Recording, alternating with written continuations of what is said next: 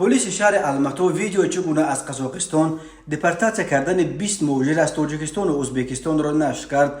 سامانه پلیس کایزت خبر داد که اینها مهاجران بودند که در جریان رید گسترده با نام میگرانت با جرم ویران کردن قانونهای مهاجرت قزاقستان دستگیر شدند.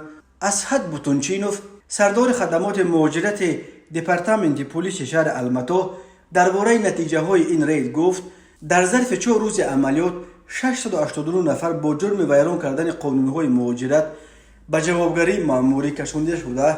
83 شهروند خارجی را از قزاقستان بیرون کردند. برای ویران کردن قاعده های بود و باش 360 خارجی به جوابگری کشانده شده. 288 ساکن محلی برای درست نکردن حجت های میمانان خود جزا گرفتند. برای ویران کردن قاعده های جلب کارگران خارجی 40 کارفرمای قزاق نیز به جوابگری کشیده شدند.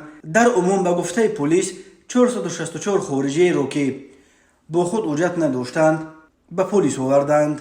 بوتونچینوف افزود که در جریان رید همچنین در رابطه با ویران کردن قانونهای مهاجرت 8 پرونده جنایتی باز شده. 2 نفر تحت جستجو قرار داشته نیز به دست افتادند. قزاقستان بعد روسیه دومین بازار بزرگ کاری برای مهاجران کاری از تاجیکستان به شمار می رود. به این کشور برای جستجوی کار از جمله هزاران نفر رو می آورند که زپرت گرفته از حق سفر به روسیه محروم شدند. بنا به حساب‌های غیر رسمی در قزاقستان حدود 300,000 نفر از زادگان تاجیکستان کار و زندگی می کنند. صدها نفر آنها علیه شهروندی قزاقستان و یا حق اقامت دراز مدت در این کشور را به دست آوردند.